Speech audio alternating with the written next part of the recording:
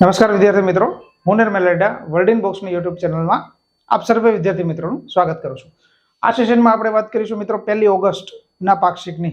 સીધા ક્વેશ્ચન ઉપર ઉતરવું છે. 1 ઓગસ્ટનો પહેલો ક્વેશ્ચન પાક્ષિકનો અહીંયા આપણને આ રીતે મળશે. તાજેતરમાં મન કી બાત કાર્યક્રમનું આયોજન થયું. આ કાર્યક્રમ અંતર્ગત ભારતના વડાપ્રધાન સાહેબ એટલે કે નરેન્દ્ર મોદી સાહેબે એક વાત કરી, જે વાત હતી યુ ટિરોત સિંહજી વિશે. તો આ યુ ટિરોત સિંહજી એ કયા રાજ્ય સાથે સંકળાયેલા છે, આવો કંઈક આપણને ક્વેશ્ચન મળે. પેલા આન્સર મેળવી લઈએ, પછી આના વિશેની વાત કરીએ કે સર આ જે યુ ટિરોત સિંહજી છે આમ તો પંજાબ સાથે જોડાયેલા હોય એવું લાગે, પરંતુ યાદ રાખીએ કે મિત્રો આ મેઘાલય સાથે જોડાયેલા છે. આમ તો મેઘાલયનું જો યાદ કરીએ ને તો ગારો, ખાસી અને જૈંતિયા આવી હિલ્સ આપણને જોવા મળે. આ પૈકી જ ખાસી જાતિના છે. આ ખાસી જાતિની અંદર ખાસી હિલ્સ એ આવેલી છે. યુ ટિરોત સિંહજી જે છે એમનો જન્મ 1802 અને 1803 ની આડેગાળે થયો હતો. જેમનું મૃત્યુ એટલે કે જેમનું નિધન 17મી જુલાઈ 1835 ના રોજ થયું. અને આ 17મી જુલાઈ 1835 છે એમને આજની તારીખે પણ 17મી જુલાઈને યુ ટિરોત સિંહજી ડે એટલે કે યુ ટિરોત સિંહજી દિવસ તરીકે મેઘાલય રાજ્ય ઉજવે છે. સમગ્ર મેઘાલયની અંદર આ દિવસ ઉજવવામાં આવે છે. તો 17મી જુલાઈ હમણાં ગઈ એટલા માટે મોદી સાહેબે આમની વાત કરી હતી. અને વાત કંઈક એવી કરી હતી કે યુ ટિરોત સિંહજી છે એ ખાસી જાતિની અંદર ત્યાંના મુખ્ય નેતા હતા. અને અંગ્રેજ સરકાર, જ્યારે અંગ્રેજ સરકારનું રાજ ચાલતું હતું ત્યારે અંગ્રેજ સરકારના એક અધિકારી એવા ડેવિડ સ્કોટ, આ ડેવિડ સ્કોટ છે એમણે યુ ટિરોત સિંહજી સાથે એક કરાર સાઇન કર્યા અને એમણે કીધું કે ખાસી હિલ્સ જે છે એ ખાસી હિલ્સ ઉપરથી અમે રસ્તો બનાવવા માંગીએ છીએ. જે રસ્તો બનશે એના કારણે જ તમારા લોકોનો પણ ઉદ્ધાર થશે, એમનું પણ ક્યાંક ને ક્યાંક આગળ પરિવર્તન થશે. આવી સારી વાતો કરી અને ડેવિડ સ્કોટે યુ ટિરોત સિંહજીને મનાવ્યા અને ખાસી હિલ્સ ઉપર રસ્તો બનાવવાની શરૂઆત કરી. આ જ સમય દરમિયાન એક અંગ્રેજ અધિકારી છે એમાંના જ એક વ્યક્તિએ ટિરોત સિંહજીને કીધું કે ભાઈ અંગ્રેજો અત્યાર પૂરતું તમારી સાથે સારી રીતે વર્તન કરે છે, જ્યારે રોડ રસ્તા બની જશે ત્યારે એનું આધિપત્ય સ્થપાઈ જશે, પછી એ તમને ગણકારશે પણ નહીં. આવી વાતની જ્યારે એમને ખબર પડી કે અંગ્રેજ ડેવિડ સ્કોટ જે છે એ આપણી સાથે ખરાબ વર્તન ઇન ફ્યુચર કરશે, તો એની માટે થઈ અને ટિરોત સિંહજીએ યુદ્ધ પોકારી દીધું. અને આ યુદ્ધ અંતર્ગત જે યુદ્ધ થયું એને નામ આપ્યું એંગ્લો ખાસી વોર, એંગ્લો ખાસી યુદ્ધ. તો આ યુદ્ધની અંદર પણ એમણે નેતૃત્વ લીધું હતું. તો આવા યુ ટિરોત સિંહજીને આપણે યાદ કરવા પડે એટલા માટે કે સર મેઘાલય રાજ્ય સાથે જોડાયેલા છે અને ખાસી જાતિના એક પ્રણેતા નેતા હતા. મોદી સાહેબે એમના વિશે વાત કરી હતી. એટલે આપણને અહીંયાથી સીધો એક ક્વેશ્ચન મળશે, એમના માટેની એક વાત પણ મળશે. ક્વેશ્ચન નંબર 2 ઉપર જઈએ છીએ. તાજેતરમાં કયા રેલવે સ્ટેશનને નેતાજી સુભાષચંદ્ર બોઝ રેલવે સ્ટેશન આવું નામ અપાયું છે? એક રેલવે સ્ટેશન છે જેને નેતાજી સુભાષચંદ્ર બોઝના નામ સાથે સાંકળ્યું છે. તો યાદ રાખીએ સર ઝારખંડ રાજ્ય આવેલું છે. ઝારખંડ રાજ્યની રાજધાની આમ તો રાંચી છે. ઝારખંડ રાજ્યની અંદર ગોમો જંકશન આવેલું છે. જે ગોમો જંકશન જે છે એમને અત્યારે હાલ સુભાષચંદ્ર બોઝ આના નામ ઉપરથી નામ ચેન્જ કરાયું છે. એની સાથે સાથે આમનું નામ તો ચેન્જ કરાયું જ છે કેમ કે સુભાષચંદ્ર બોઝ ત્યાં રેલવે સ્ટેશન ઉપરથી બેસી અને આઝાદ હિન્દ ફૌજ આની રચના કરવા માટે ગયા હતા. એટલે ગોમો જંકશનને યાદ રાખવું પડે કે જે અત્યારે ઝારખંડની અંદર આવ્યું છે. એની સાથે સાથે કદાચ ઉત્તર પ્રદેશના લખનઉની અંદર હજી એક રેલવે સ્ટેશન છે જેને આપણે કાકોરી રેલવે સ્ટેશન આ નામ આપ્યું છે. અને કાકોરી રેલવે સ્ટેશન જે છે ને એની સાથે અત્યારે હાલ રામપ્રસાદ બિસ્મિલ અને અશફાક ઉલ્લા ખાન આનું નામ જોડેલું છે. આમ તો કદાચ કાકોરી રેલવે સ્ટેશન આવતાની સાથે તમને કાકોરી લૂંટ કેસ આ યાદ આવશે, જેને 1 વર્ષ પહેલા સરકારે એવી જાહેરાત કરી હતી કે હવે આને કાકોરી લૂંટ એવી નામ નહીં આપીએ, પરંતુ કાકોરી લૂંટ કેસ જે છે ને એને આપણે કાકોરીનો સંગ્રામ આવું નામ આપીશું, અથવા તો કાકોરી દિવસ આવું તરીકે ઉજવીશું. કાકોરી લૂંટ કેસ ચાલ્યો તો એ તમને સૌને ખબર હશે. કદાચ 1920નું વર્ષ અહીંયાથી યાદ કરવું પડે. સર 1920નું વર્ષ એવું છે જ્યારે મહાત્મા ગાંધીજીએ અસહકારનું આંદોલન શરૂ કર્યું હતું અને અસહકારના આંદોલનના ભાગ સ્વરૂપે આગળ જતા કદાચ આપણને ખબર હશે કે આ આંદોલન બહુ સારું ચાલ્યું અને આગળ જઈ અને ક્યાંક તમને ખબર હશે ચોરી ચોરા આનું હત્યાકાંડ પણ બને.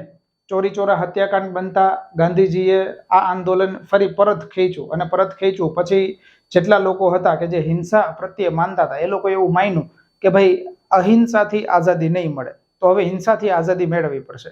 એ હિંસાના ભાગ સ્વરૂપે યા તો હિંસાને આગળ લઈને ચાલવા માટે, સત્યાગ્રહ કરવા માટે અને આંદોલન કરવા માટે થઈ અને 10 લોકોની ટીમ મળી, જેમાં અશફાક ઉલ્લા ખાન અને રામપ્રસાદ બિસ્મિલ એ સાથે જોડાયેલા હતા. અને એ લોકોએ લખનઉની અંદર આવેલા કાકોરી રેલવે સ્ટેશનથી કાકોરીથી જતી રેલવે જે છે એમને અંગ્રેજોના શસ્ત્રો હતા એમને લૂંટી લીધા હતા.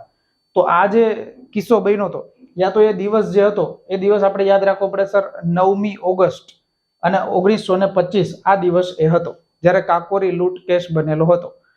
ત્યાં સ્થળેથી જ કાકોરી સ્થળેથી જ આ બનાવ બનેલો હતો. એના કારણે કાકોરી રેલવે સ્ટેશન એને અત્યારે આ બંને વ્યક્તિઓના નામ સાથે સાંકળેલું છે. રેલવે સ્ટેશનના નામ ચેન્જ થાય છે, બદલે છે, એટલા માટે આપણે આને યાદ રાખવું પડે. આગળ તમિલનાડુ રાજ્ય મળશે કે જેની અંદર તમિલનાડુ રાજ્યમાં તમને એક રેલવે સ્ટેશન જંકશન જોવા મળશે જેને વાંચી મણિયારચી એમના નામ ઉપર આપેલું છે. દક્ષિણ ભારતની અંદર સત્યાગ્રહ સાથે જોડાયેલા અને દક્ષિણ ભારતની અંદર સ્વાતંત્ર્ય સંગ્રામ સાથે જોડાયેલા એક વ્યક્તિ છે જેમને વાંચી મણિયારચી આવું નામ અપાય છે. તો એમના નામ સાથે પણ આ જંકશન જોડાયેલું છે. ગોમો જંકશન આવે તો ઝારખંડની અંદર હશે, કાકોરી આવશે તો સર ક્યાંક લખનૌની અંદર જશે, ઉત્તર પ્રદેશની અંદર જશે, અને તમિલનાડુ આવે તો વાંચી મણિયારચી. આ યાદ રાખવું પડશે. ક્વેશ્ચન નંબર 3 તરફ જઈએ છીએ. ભારતીય તિરંગાની ડિઝાઇન તૈયાર કરનાર વ્યક્તિ. કદાચ અહીંયાથી ઇમેજ જોવો છો તો તમને સમજાઈ ગયું હશે સર અહીંયા પિંગલી વેંકૈયા નાયડુ એમની વાત ચાલે છે. તો પિંગલી વેંકૈયા જેની વાત ચાલે છે એમણે જ ભારતીય તિરંગાની ડિઝાઇન તૈયાર કરી હતી. એમને આપણી ખબર હશે, કદાચ આપણને અહીંયાથી આ વિગત ખબર છે. વધારેની વિગત કેવી લેવાની છે તો 2 ઓગસ્ટ 1876 કે જ્યારે એમનો જન્મ થયો હતો. આમ તો 2 ઓગસ્ટ 1876 ને યાદ ન રાખો ને તો 2 ઓગસ્ટ યાદ રાખવી પડે જ્યારે આપણે એની જન્મ જયંતિ ઉજવતા હોય. અને 2 ઓગસ્ટના રોજ જન્મ જયંતિ ઉજવીએ એનો આંધ્રપ્રદેશમાં એમનો જન્મ થાય. અને એની સાથે સાથે સર એમણે પ્રથમ ફ્લેગ એટલે કે જ્યારે ભારતનો પ્રથમ તિરંગો તૈયાર કર્યો એની પ્રેરણા અહીંયાથી ક્યાંથી મળી એ આપણા માટે ઇમ્પોર્ટન્ટ છે. પિંગલી વેંકૈયાએ તૈયાર કરી સર, ડિઝાઇન તૈયાર કરી, પરંતુ યાદ રાખીએ સર આફ્રિકાની અંદર એક યુદ્ધ થયું હતું જેને આપણે નામ આપતા હતા દ્વિતીય બોઅર યુદ્ધ. બોરનું યુદ્ધ થાય આફ્રિકાની અંદર થયું હતું અને આ બોરનું યુદ્ધ છે 1899 થી લઈને 1902 ની અંદર આયોજિત થયું હતું. પિંગલી વેંકૈયા છે એ આમ તો બ્રિટિશ આર્મીની અંદર જોડાયેલા વ્યક્તિ હતા. બ્રિટિશ આર્મીમાં જ્યારે જોડાયેલા હતા ત્યારે એમને બોર યુદ્ધમાં મોકલવામાં આવ્યા અને આફ્રિકાની અંદર મોકલવામાં આવ્યા. ત્યારે એમણે ત્યાં જોયું કે બધા દેશોના અલગ અલગ તિરંગા જોવા મળ્યા. ત્યારે એમને મનમાં વિચાર આવ્યો કે ભારતનો કંઈક આવો તિરંગો હોવો જોઈએ. આને લઈ અને એમણે ભારતના તિરંગાની ડિઝાઇન તૈયાર કરી. આવી જે ડિઝાઇન એમણે તૈયાર કરી, આમ તો મૂળ એમણે જે ડિઝાઇન તૈયાર કરી એમાં ફક્ત 2 જ રંગો એમણે રાખેલા હતા, લાલ અને લીલો. 2 જ રંગો હતા. આ પૈકી લાલ રંગ છે એ મુસ્લિમ કોમ્યુનિટી, મુસ્લિમ સમાજને દર્શાવતા હતા અને લીલો રંગ જે છે મુસ્લિમ રંગને દર્શાવે અને લાલ રંગ જે છે એ હિન્દુ કોમ્યુનિટીને દર્શાવતા હતા. આ 2 કોમ્યુનિટીને દર્શાવતો જે તિરંગો તૈયાર થયો હતો એ જ તિરંગો એમણે ગાંધીજીએ કહેવાથી આમાં વધારાનો એક રંગ ઉમેર્યો જેને સફેદ રંગ કહેવાય. ગાંધીજીએ કીધું સર્વ ધર્મ સંભાવ આવી ભાવના રાખી અને હજુ એક કલર આમાં ઉમેરીએ જે સફેદ રંગ હતો. આવો જે પ્રથમ તિરંગો તૈયાર થયો એમણે ગાંધીજીને 1 એપ્રિલ 1921 વિજયવાડામાં આ ગાંધીજી સમક્ષ તિરંગો રાખેલો હતો. આ બધો ડેટા છે આપણને ક્યાંક પિંગલી વેંકૈયા એના નામ ઉપરથી મળે છે જેની 2 ઓગસ્ટના રોજ જન્મ જયંતિ આપણે ઉજવેલી હોય. એટલા માટે આપણે એમને યાદ રાખવા પડશે કે સર એમને ક્યાંક તિરંગો તૈયાર કરવાની જે પ્રેરણા મળી હોય એ બોઅર યુદ્ધમાંથી મળી હોય, આફ્રિકાની અંદરથી હોય અને શરૂઆતમાં તૈયાર થયેલો તિરંગો છે ફક્ત 2 રંગ ધરાવતો હતો. ક્લિયર? આનાથી આગળ વધીએ છીએ. ક્વેશ્ચન આગળ જશે.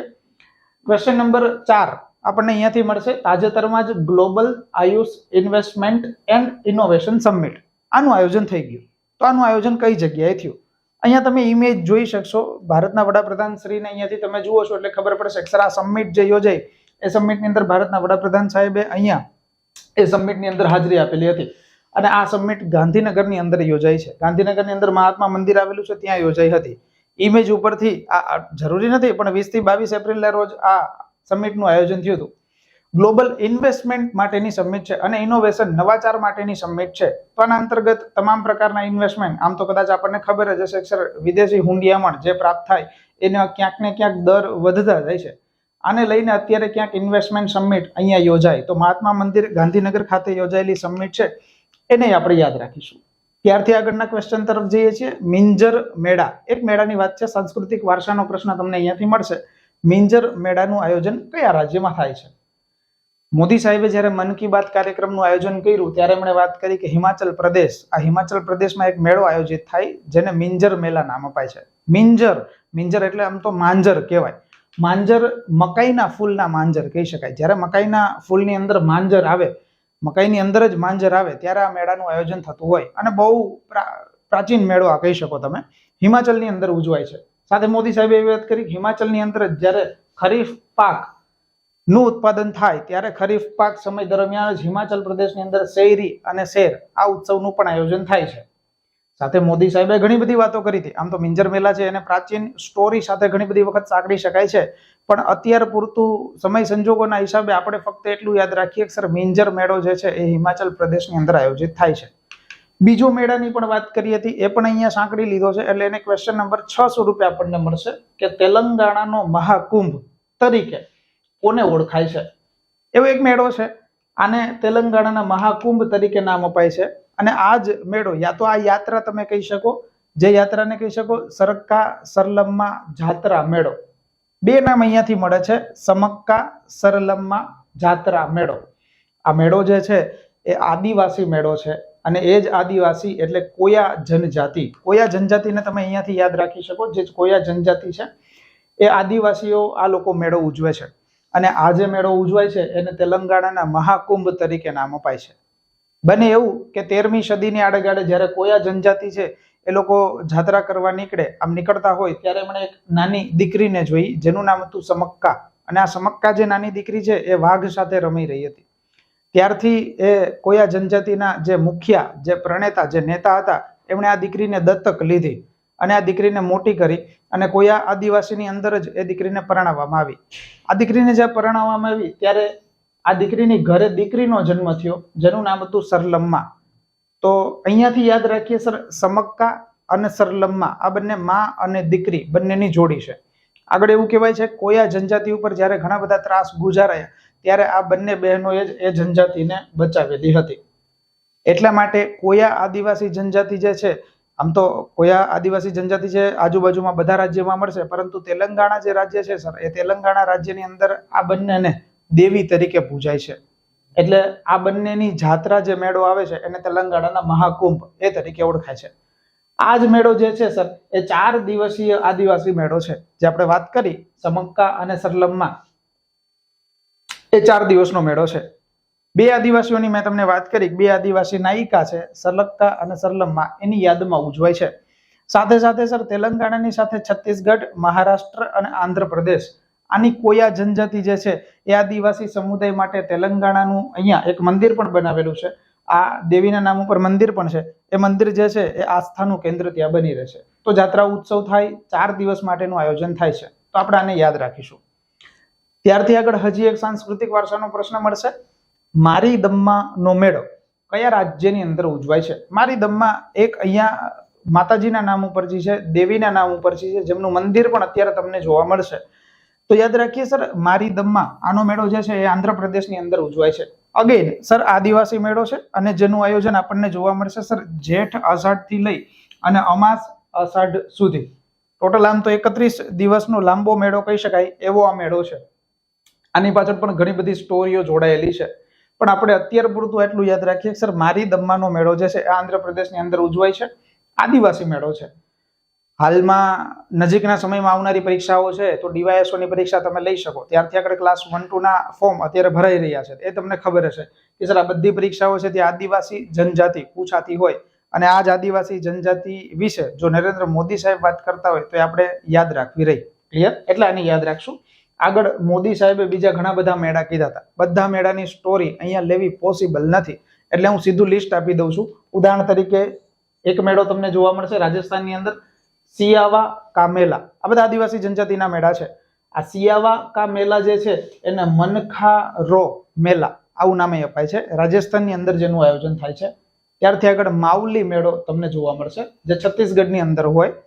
ત્યારથી આગળ ભંગુરિયા, આ કદાચ તમે સાંભળેલું હોવું જોઈએ, ભંગુરિયાનો મેળો જે આદિવાસી જનજાતિ સાથે જોડાયેલો છે અને મધ્યપ્રદેશની અંદર આનું આયોજન થાય છે. તો અહીંયા લિસ્ટ સ્વરૂપે તમને સીધો ફેક્ચ્યુઅલ ડેટા અહીંયાથી મળશે. ત્યારથી આગળના પ્રશ્ન તરફ જઈએ છીએ. ક્વેશ્ચન નંબર 8 તમારા માટે વિધાનો આપ્યા છે. તમારે આ વિધાનો તપાસવાના છે. વિધાન આવું લખ્યું છે, રાષ્ટ્રપતિની ચૂંટણીમાં રાજ્યસભા અને લોકસભા બેયના ચૂંટાયેલા સભ્યો ભાગ લેશે. બીજું વિધાન લખ્યું છે, રાષ્ટ્રપતિની ચૂંટણીમાં દિલ્હી અને પોંડિચેરી આનાય ચૂંટાયેલા સભ્યો ભાગ લેશે. ત્યારથી આગળનું વિધાન લખ્યું છે, રાષ્ટ્રપતિની ચૂંટણીની અંદર સંસદ અથવા તો રાજ્યસભાના નિમાયેલા સભ્યો છે એ મતદાન કરી શકતા નથી. અને ચોથું વિધાન લખ્યું છે, રાષ્ટ્રપતિની ચૂંટણીમાં વિધાન પરિષદના સભ્યોએ મતદાન કરી શકતા નથી. કોણ મતદાન કરી શકે અને કોણ મતદાન ન કરી શકે? આમ તો હમણાં જ તમને ખબર હશે કે ભારતના રાષ્ટ્રપતિ પદે દ્રૌપદી મુર્મુજી આવ્યા છે, તો એને લઈ અને આ વિધાનો અહીંયાથી તમને મળે છે. રાષ્ટ્રપતિની ચૂંટણી આપણે યાદ રાખવી રહી એટલે યાદ રાખીએ કે સર અહીંયા લખેલા જે વિધાનો જે છે એ તમામ વિધાનો અમારા માટે સાચા છે. જ્યારે રાષ્ટ્રપતિની ચૂંટણી થાય ત્યારે રાજ્યસભા અને લોકસભા બેયના ચૂંટાયેલા સભ્યો ભાગ લેશે. દિલ્હી અને પોંડિચેરી એના ચૂંટાયેલા સભ્યો ભાગ લેશે. પરંતુ યાદ રાખીએ સર, સંસદ કે રાજ્યના વિધાનસભાની અંદર નિમાયેલા સભ્યો છે એ ભાગ નથી લેતા. એની સાથે સાથે સર કોઈ પણ રાજ્યની વિધાન પરિષદના સભ્યો છે એ પણ મતદાન પ્રક્રિયામાં ભાગ લેતા નથી. આ બધા વિધાનો અહીંયાથી સાચા મળે છે. થોડોક વધારાનો ડેટા અહીંયાથી મૂકેલો છે એટલે ખબર પડશે. ગુજરાત પાક્ષિકની અંદર જ આ બધો ડેટા આપેલો છે. જેમ કે રાષ્ટ્રપતિની ચૂંટણી છે તો એની મતદાન પ્રક્રિયાની અંદર કોઈ પણ રાજકીય પક્ષ છે એ પોતાના તરફથી વિહિપ જાહેર કરી શકતા નથી. વિહિપ જાહેર કરવું એટલે કોઈ પણ રાજકીય પક્ષ છે પોતાના તરફથી એક ઉમેદવાર એક વ્યક્તિને જાહેર કરશે વિહિપ, અને વિહિપ કહેશે એ પ્રમાણે જ પાર્ટીના તમામ લોકોને, ઉમેદવારોને અથવા તો તમામ લોકોને કરવાનું થાય. વિહિપ દ્વારા જાહેર કરેલી બધી વાતો માનવી પડે. જો એ વાતો માનશે નહીં કોઈ પણ વ્યક્તિ, તો એ વિહિપ છે એને સજા કરવાનો હક પણ ધરાવે છે. ક્લિયર? તો આ વિહિપ રાષ્ટ્રપતિની જ્યારે ચૂંટણી થશે ત્યારે કોઈ પણ પ્રકારના વિહિપ જાહેર નહીં કરી શકાય. આ એક વિધાન યાદ રાખીએ. ત્યારથી આગળ આપણને ખબર છે કે સર રાષ્ટ્રપતિ પદની ચૂંટણી હશે તો એ સિક્રેટ બેલેટ પદ્ધતિ એમ જ સિંગલ ટ્રાન્સફરેબલ વોટ સિસ્ટમથી થશે. ત્યારથી આગળનું વિધાન મળે કે ઉમેદવારે જ્યારે ઉમેદવારી પત્રક નોંધાવેલું હોય ત્યારે 15,000 રૂપિયાની ડિપોઝિટ જમા કરાવવાની હોય. જો એને યોગ્ય મતદાન 1/6 મતદાન નથી મળતા તો આ 15,000ની ડિપોઝિટ છે એ જમા થઈ જશે. ત્યારથી આગળ જ્યારે ઉમેદવારી નોંધાવેલી હોય ત્યારે 50 મતદારોએ એમનું નામ સજેસ્ટ કરેલું હોય અને બાકીના 50 મતદારો છે એનું સમર્થન હોવું જરૂરી છે, તો જ ઉમેદવારી પત્રક અહીંયાથી નોંધાઈ શકશે. તો આ રાષ્ટ્રપતિ પદની જ્યારે ચૂંટણી હમણાં જ હાલમાં યોજાઈ જાય અને દ્રૌપદી મુર્મુજી આપણને રાષ્ટ્રપતિ પદે મળે તો આપણે આ બધી વિગતો યાદ રાખવી પડે. આગળ ગુજરાતની વાત કરી છે. ગુજરાતની અંદર સર 178 સભ્યો છે કે જે મતદાન પ્રક્રિયામાં ભાગ લેવા માટે યોગ્યતા ધરાવતા હતા અને 178 સભ્યોએ મતદાન કરેલું છે. એટલે ગુજરાત તરફથી 100% મતદાન થયું હતું એવું કહી શકાય. દ્રૌપદી મુર્મુજી આમની વાત આવી છે એટલે એમનો પણ ડેટા અહીંયાથી મળશે કે સર ભારતના 15મા રાષ્ટ્રપતિ છે. એની સાથે સાથે આપણને ખબર પડે કે સર પ્રથમ મહિલા આદિવાસી રાષ્ટ્રપતિ હોય, બીજા નંબરના મહિલા રાષ્ટ્રપતિ હોય અને પ્રથમ નંબરના આદિવાસી મહિલા રાષ્ટ્રપતિ હોય. આનાથી આગળ સર આ પહેલા આદિવાસી મહિલા રાષ્ટ્રપતિ છે. એનાથી આગળ સ્વતંત્ર ભારતની અંદર જન્મ લેનારા પ્રથમ મહિલા રાષ્ટ્રપતિ હોય.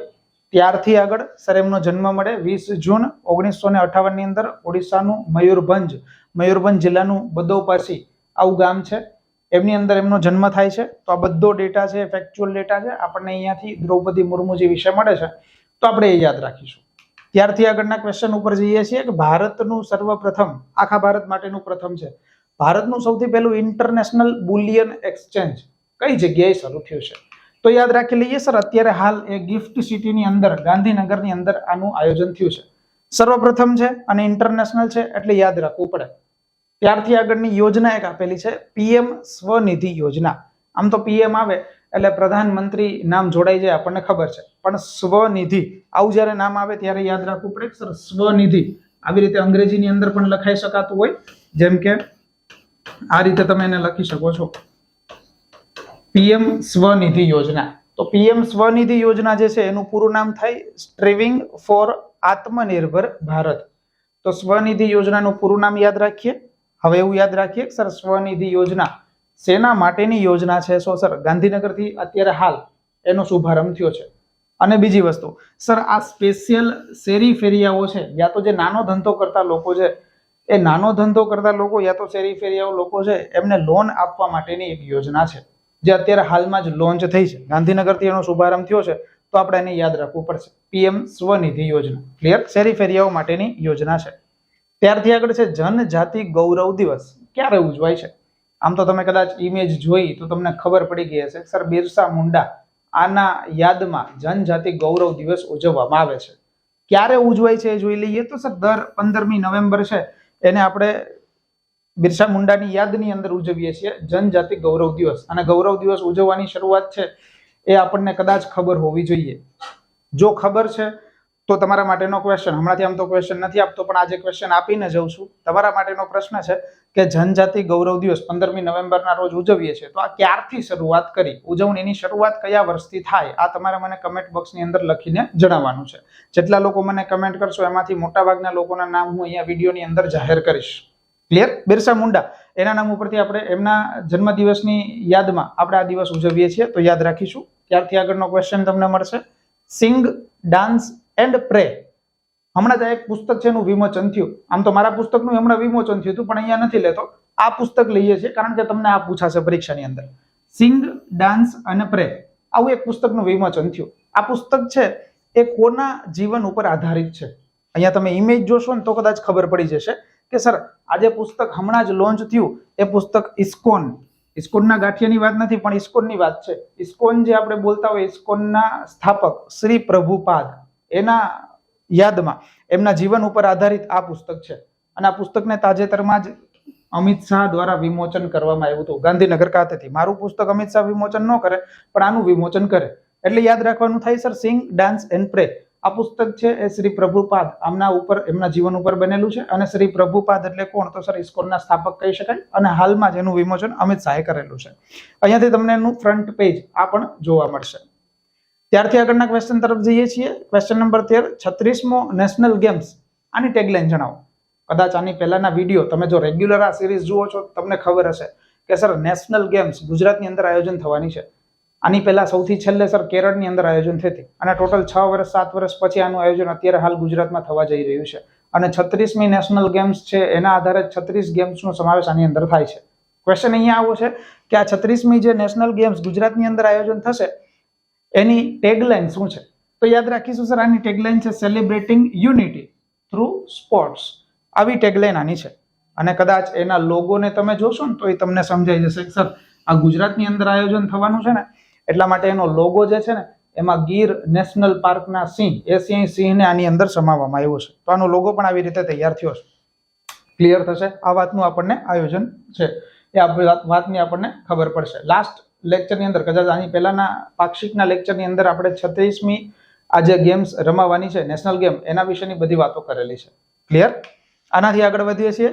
ક્વેશ્ચન નંબર 14 તમને મળશે, તાજેતરમાં કયા સ્થળે ગુજરાત સ્ટેટ જ્યુડિશિયલ ઓફિસર્સ, આ જ્યુડિશિયલ ઓફિસર્સ એના માટેનું પ્રથમ અધિવેશન યોજાયું? યાદ રાખજો સર, આ સૌથી પહેલું જ્યુડિશિયલ સ્ટેટ ઓફિસર્સનું છે આયોજન. તો આ અધિવેશનનું આયોજન ક્યાં થયું? ગુજરાતનું છે, ગુજરાતની અંદર જ થયું હશે સર. એનાથી આગળ વધીએ સર, અમદાવાદની અંદર થયું છે. કદાચ અહીંયાથી ઓડિટોરિયમ યાદ ન રાખીએ તો ચાલે પણ છતાંય સર પંડિત દીનદયાળ ઉપાધ્યાય ઓડિટોરિયમ આ ખાતે યોજાયું છે. અને અહીંયાથી તમને દેખાશે સર ગુજરાતના મુખ્યમંત્રી સાહેબ છે એમના દ્વારા અહીંયા આ અધિવેશનની શરૂઆત કરવામાં આવી હતી. તો અમદાવાદ ખાતે આનું આયોજન થયું છે એ આપણે યાદ રાખીશું. ખબર કદાચ હશે સર, ગુજરાત હાઈકોર્ટ જે છે એના મુખ્ય ન્યાયાધીશ અત્યારે હાલ શ્રી અરવિંદ કુમાર છે. ક્લિયર? એમની પણ હાજરી અહીંયા હતી એટલે યાદ રાખી લઈએ. ત્યારથી આગળ વધીએ છીએ. ક્વેશ્ચન નંબર 15, ગુજરાતમાં પ્રથમ વખત શહેરી વિકાસ રાષ્ટ્રીય કોન્ક્લેવ. ગુજરાતની અંદર પ્રથમ વખત આનું આયોજન થયું છે. તો એ આયોજન કઈ જગ્યાએ કરવામાં આવ્યું? તો યાદ રાખી લઈએ સર, અગેન અમદાવાદ છે, સાબરમતી રિવરફ્રન્ટ. આમ તો તમે ત્યાં ગયા હશો, સાબરમતી રિવરફ્રન્ટ છે ત્યાં આગળ અત્યારે હાલ આનું આયોજન થયું હતું, શહેરી વિકાસ રાષ્ટ્રીય કોન્ક્લેવ. આનું આયોજન અમદાવાદ ખાતે થાય. ત્યારથી આગળના ક્વેશ્ચન તરફ જઈએ. બહુ ફેક્ચ્યુઅલ ડેટા અને બહુ સીધો સાદો સરળ ક્વેશ્ચન છે કે હાલના તાજેતરના નીતિ આયોગ વિશે આપણને બધી વિગત ખબર હોવી ફરજિયાત છે. નીતિ આયોગના સીઈઓ અત્યારે હાલ કોણ છે? કમેન્ટ બોક્સની અંદર નથી જણાવવું, હું તમને જવાબ આપી દઉં છું, શ્રી પરમેશ્વરન અય્યર, જેને આપણે અત્યારે હાલ નીતિ આયોગના સીઈઓ પદે જોઈએ છીએ. બહુ ફેક્ચ્યુઅલ ડેટા છે, નીતિ આયોગની વાત હતી એટલા માટે સીધું અહીંયાથી સીઈઓ એનું નામ આપણને કદાચ પૂછાઈ જાય તો આપણને અહીંયાથી મળશે. ત્યારથી આગળનો ક્વેશ્ચન 17 છે, ગુજરાત સેમિકન્ડક્ટર પોલિસી આ જાહેર કરનાર કેટલામું રાજ્ય બન્યું? સેમિકન્ડક્ટર પોલિસી જે છે ને એના વિશે આપણને ખબર છે કે સર સેમિકન્ડક્ટર પોલિસી જે ભારત સરકારે જારી કરેલી હતી, સેમિકન્ડક્ટર માટેના MOU એટલે કે કરાર પણ સાઇન કર્યા હતા. આ માટે થઈને યાદ રાખી લઈએ, ગુજરાત જે છે ને પ્રથમ રાજ્ય બન્યું જેમને સેમિકન્ડક્ટર પોલિસી જાહેર કરેલી હોય. પ્રથમ રાજ્ય છે તો આ પોલિસી યાદ રાખી લઈએ સર 2022 થી 2027 વર્ષ સુધી ચાલશે. સેમિકન્ડક્ટર જેને તમે માઇક્રો પ્રોસેસર, આમ તો મેં અગાઉ આની વાત કરી હતી પણ માઇક્રો પ્રોસેસર તરીકે આપણે આને ઓળખીએ છીએ. અને માઇક્રો પ્રોસેસરનું ઉત્પાદન ગુજરાતની અંદર થાય, ગુજરાતથી આગળ સર ભારતની અંદર થાય. આ માટે થઈ અને અત્યારે હાલ ભારત સરકારે અમેરિકાની ઇન્ટેલ કંપની એની સાથે 76,000 કરોડ એના કરાર સાઇન કર્યા છે. અને આના ભાગ સ્વરૂપે જ ગુજરાત પહેલું રાજ્ય બન્યું જેને આ પોલિસી જાહેર કરી હોય. આની સાથે સર ભારત સરકારે આ સેમિકન્ડક્ટર માટેથી અને ISM એટલે કે ઇન્ડિયા સેમિકન્ડક્ટર મિશન એની સ્થાપના કરી છે. આના માટેનું મંત્રાલય કદાચ અહીંયાથી તમને ખબર પડી જ જશે કે સર જો સેમિકન્ડક્ટર હોય તો ઇલેક્ટ્રોનિક મંત્રાલય હોવું જોઈએ. એટલે સર ભારત સરકારનું ઇલેક્ટ્રોનિક એન્ડ ઇન્ફોર્મેશન ટેકનોલોજી મંત્રાલય આ સાથે જોડાયેલું છે. તો ભારત સરકારે આ મિશન શરૂ કર્યું છે. ગુજરાત સરકારે પોલિસી જાહેર કરી છે અને ગુજરાત સરકાર છે ગુજરાત રાજ્ય પહેલું બન્યું છે આ પોલિસી માટે. એટલા માટે યાદ રાખવું પડશે. IT પોલિસી તમે આનીથી આગળ અગાઉ જોઈ ગયા છો, ભણી ગયા છો. ઔદ્યોગિક નીતિ પણ જાહેર થઈ હોય એ પણ જોઈ ગયા હોય. તો હવે સર સેમિકન્ડક્ટર પોલિસી આ પણ જાહેર થાય એ પણ આપણે જોઈ ગયા છીએ. ક્લિયર? ત્યારથી આગળના ક્વેશ્ચન તરફ વધીએ છીએ. ક્વેશ્ચન નંબર 18 આપણને મળશે નીચેના વિધાનો તપાસો. અગેન તમારા માટે અહીંયા વિધાનો તપાસવાના આપ્યા છે. પહેલું વિધાન આપ્યું છે બેડી બંદર કચ્છના અખાતમાં દક્ષિણ કિનારે જામનગર જિલ્લામાં આવેલું છે. બીજું વિધાન લખ્યું છે બેડી બંદરનું સંચાલન સર ગુજરાત મેરીટાઈમ બોર્ડ આના હસ્તક છે. ત્રીજું વિધાન આપ્યું છે બેડી બંદરની અંદર 2250 મીટર લંબાઈનો લાંબા વાર્ફની સાથે ઓલ વેધર ટાઇડલ લાઇટરેજ સુવિધા ઉપલબ્ધ છે. સર તમે બે વિધાન બોલ્યા ને ત્યાં સુધી કાંઈ વાંધો નહોતો આવતો. અમને ખબર પડી ગઈ હતી કે જામનગરની અંદર બેડી બંદર છે. બીજા વિધાનમાં ખબર હતી કે હાલો સર આનું સંચાલન હશે એ ગુજરાત મેરીટાઈમ બોર્ડ આ જ કરતું હશે. બે વિધાનમાં વાંધો નહોતો સાહેબ, ત્રીજા વિધાનમાં ગોટાળો ચડ્યો. યાદ રાખીએ સર આ ત્રણ વિધાનો અહીંયાથી સાચા છે. બેડી બંદર છે સર એ અત્યારે આ કરંટમાં ચર્ચામાં હતું. શા કારણે ચર્ચામાં હતું એ હું તમને આપીશ. બેડી બંદર જામનગરની અંદર છે એ ખબર પડશે. સર કચ્છના અખાતની અંદર છે એ ખબર પડશે. દક્ષિણ કિનારે આવેલું છે આ ખબર છે. જેનું આયોજન જેનું સંચાલન સર ગુજરાત મેરીટાઈમ બોર્ડના હસ્તક છે. એનાથી આગળ સર આ બંદર એવું છે જે 2250 મીટર લાંબો વાર્ફ ધરાવે છે. એટલે કોઈ પણ પ્રકારના મોટા જહાજો છે અહીંયા લંગારી શકાય. અને ઓલ વેધર ટાઇડલ લાઇટરેજ સુવિધા છે. કોઈ પણ પ્રકારના હવામાનની સાથે અહીંયા ભરતી અને ઓટ યોગ્ય પ્રમાણમાં મળતી હોય અને એના સાથે જ કોઈ પણ પ્રકારના જહાજ લંગારી શકાય એવું આ તમને અહીંયાથી પોર્ટ જોવા મળશે. સર અહીંયાથી બેડી બંદર અત્યારે ચર્ચામાં છે એનું કારણ કે સર તાજેતરમાં જ બેડી બંદરથી નવી વિકસિત કરાયેલી રેલવે લાઇન નવી એક રેલવે લાઇન વિકસિત થઈ અને એના મારફતે પ્રથમ કોલસાની ટ્રેન રવાના થઈ. અને આ જે નવી રેલવે લાઇન વિકસિત થઈ એ જી રાઇડ આના દ્વારા વિકસાવાઈ હતી. જી રાઇડ ને જોઈએ તો sir Gujarat rail infrastructure development corporation. તો જી રાઇડ આનું પૂરું નામે આપણને અહીંયાથી મળશે જેને યાદ રાખવું પડે. જેના દ્વારા આ નવી રેલવે લાઇન વિકસિત થઈ હતી અને બેડી બંદરથી અત્યારે હાલમાં જ પ્રથમ વખત ત્યાં રેલવે લાઇન મારફતે કોલસો રવાના થયો છે. એટલા માટે બેડી બંદર ચર્ચામાં છે તો બેડી બંદર આપણે જોવું પડશે. ક્વેશ્ચન નંબર 19 મળે છે કયા જિલ્લાની હોસ્પિટલને કેન્દ્ર સરકારનું લક્ષ્ય રીસર્ટિફિકેશન પ્રાપ્ત થયું છે. આ એવી હોસ્પિટલ છે કે જેને બીજી વખત આવું સર્ટિફિકેશન મળેલું હોય. કદાચ અહીંયાથી તમે નામ વાંચશો ને ગુરુ ગોબિંદસિંહ સરકારી હોસ્પિટલ તો એ તમને સમજાઈ જશે કે સર આ ગુરુ ગોબિંદસિંહ હોસ્પિટલની વાત કરે છે. અને ગુરુ ગોબિંદસિંહ એટલે જીજી હોસ્પિટલ. હવે યાદ આવ્યું જીજી હોસ્પિટલ. સર જીજી હોસ્પિટલ છે જામનગર ખાતે આવેલી છે. અને આ હોસ્પિટલ એટલે સર જામનગરની ગુરુ ગોવિંદસિંહજી હોસ્પિટલ જેને સતત બીજી વખત આ પ્રકારનું સર્ટિફિકેશન પ્રાપ્ત થયું હોય. કેન્દ્ર સરકાર તરફથી આ સર્ટિફિકેશન પ્રાપ્ત થાય છે અને એની સાથે એનો એક વિભાગ જોડાયેલો છે જેમને આ સર્ટિફિકેટ સ્પેશિયલ પ્રાપ્ત થતો હોય. મહિલા જે ગર્ભવતી મહિલાઓ છે એમની સાર સંભાળ માટે થઈ અને આ સર્ટિફિકેશન યોગ્ય પ્રમાણમાં પ્રાપ્ત થતું હોય. બીજી વખત એવું બન્યું છે કે આ જ હોસ્પિટલને સર્ટિફિકેશન પ્રાપ્ત થયું હોય કેન્દ્ર સરકાર દ્વારા. એટલા માટે આપણે આને યાદ રાખવી પડશે કે સર જીજી હોસ્પિટલ અત્યારે હાલ જામનગર ખાતે આવેલી છે. ત્યારથી આગળ છે શ્રવણ તીર્થ દર્શન યોજના.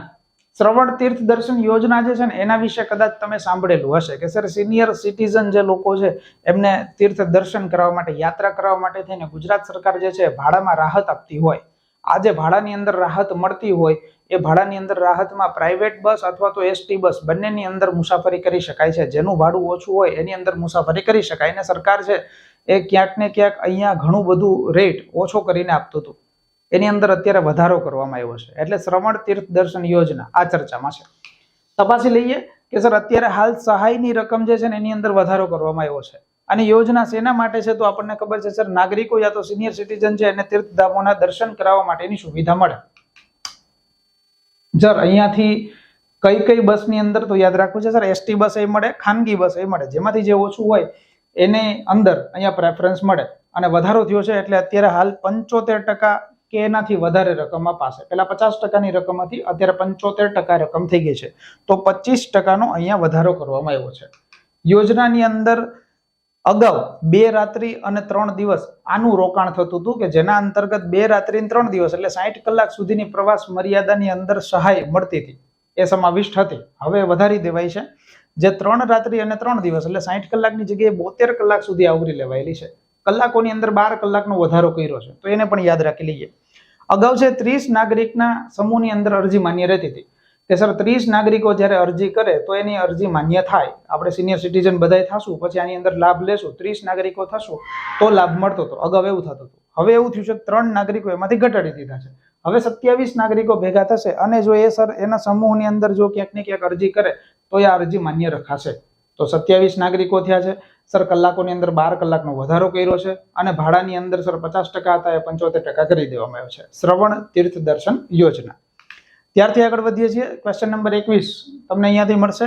73મો વન મહોત્સવ આની ઉજવણી થઈ છે. તમને બધાને ખબર છે કે સર 73મા વન મહોત્સવની ઉજવણી અંતર્ગત અત્યારે વટેશ્વર વન આનું લોકાર્પણ થયું છે. સુરેન્દ્રનગર ખાતે થયું છે. તમને ખબર જ છે સર ધોળી ધજા ડેમ. ધોળી ધજા ડેમ ક્યાં આવેલો છે? સુરેન્દ્રનગર ખાતે આવેલો. સુરેન્દ્રનગરની અંદર જ આ વટેશ્વર વન એનું લોકાર્પણ કરાયું છે. અને આ વખતે સર 73મો વન મહોત્સવ હતો. જે વન મહોત્સવની શરૂઆત જે છે સર એ આમ તો 1952 ની અંદર થાય અને 1952 ની અંદર સર કનૈયાલાલ માણેકલાલ મુનશી આના દ્વારા સર કમા મુનશી, અમે આનું નામ યાદ રાખ્યું છે, આ કમા મુનશી દ્વારા સર વન મહોત્સવનું આયોજન થાય અને આને લઈ અને ગુજરાતના તત્કાલીન મુખ્યમંત્રી એટલે આજના વડાપ્રધાન શ્રી નરેન્દ્ર મોદી સાહેબ છે, એમણે 2004 ની અંદર ગાંધીનગરની અંદર પ્રથમ વન, ગુજરાતનું પ્રથમ વન નું લોકાર્પણ કર્યું, જેનું નામ પુનિત વન આ રાખ્યું હતું. તો અત્યારે હાલ તમને આ જોવા મળશે સર વટેશ્વર વન. ક્લિયર? એનું લોકાર્પણ થયું છે. તો આનો ડેટા અહીંયાથી યાદ રાખીશું. ત્યારથી આગળ છે ભારત દેશની પ્રથમ યુનિવર્સિટીનું નામ જણાવો કે જેમને અત્યારે હાલ ડ્રોન પાયલટ તાલીમ માટેની મંજૂરી મળી હોય. ડ્રોન માટેની પોલિસી જાહેર થઈ હતી, આપણને ખબર હશે. ડ્રોન માટે મંજૂરી હવે મળી ગઈ છે અને એની સાથે સાથે સર ડ્રોનની તાલીમ, એના પાયલટની તાલીમ આપવા માટેની એક યુનિવર્સિટીને અત્યારે હાલ મંજૂરી મળી છે. અને આવી યુનિવર્સિટી એટલે તમે અહીંયા જેનો લોગો જુઓ છો એ જ યુનિવર્સિટી છે sir Kaushalya the skill university છે, જેમણે આ તાલીમ આપવા માટેની છૂટ મળી ગઈ છે. કૌશલ્યા યુનિવર્સિટી છે, તમને ખબર હોવી જોઈએ કે sir Kaushalya the skill university આપણે અગાઉના પાક્ષિકના લેક્ચરમાં ક્યાંક ઇન્ક્લુડ કરેલી છે. અમદાવાદ ખાતે આનું કેમ્પસ આવેલું છે અને ગુજરાત વિધાનસભાની અંદર કૌશલ્યા બિલ પણ પાસ થયું હતું અને એના અંતર્ગત સર આ કૌશલ્યા સ્કિલ યુનિવર્સિટી ડેવલપ થઈ અને એ જ યુનિવર્સિટી અત્યારે પ્રથમ બની છે જેને ડ્રોન માટે થઈ અને તાલીમ આપવા માટેની મંજૂરી મળી ગઈ હોય. ત્યારથી આગળના ક્વેશ્ચનમાં જઈએ છીએ. તાજેતરમાં ગુજરાતના કયા જિલ્લામાં સ્મૃતિ વન આનું નિર્માણ થયું છે?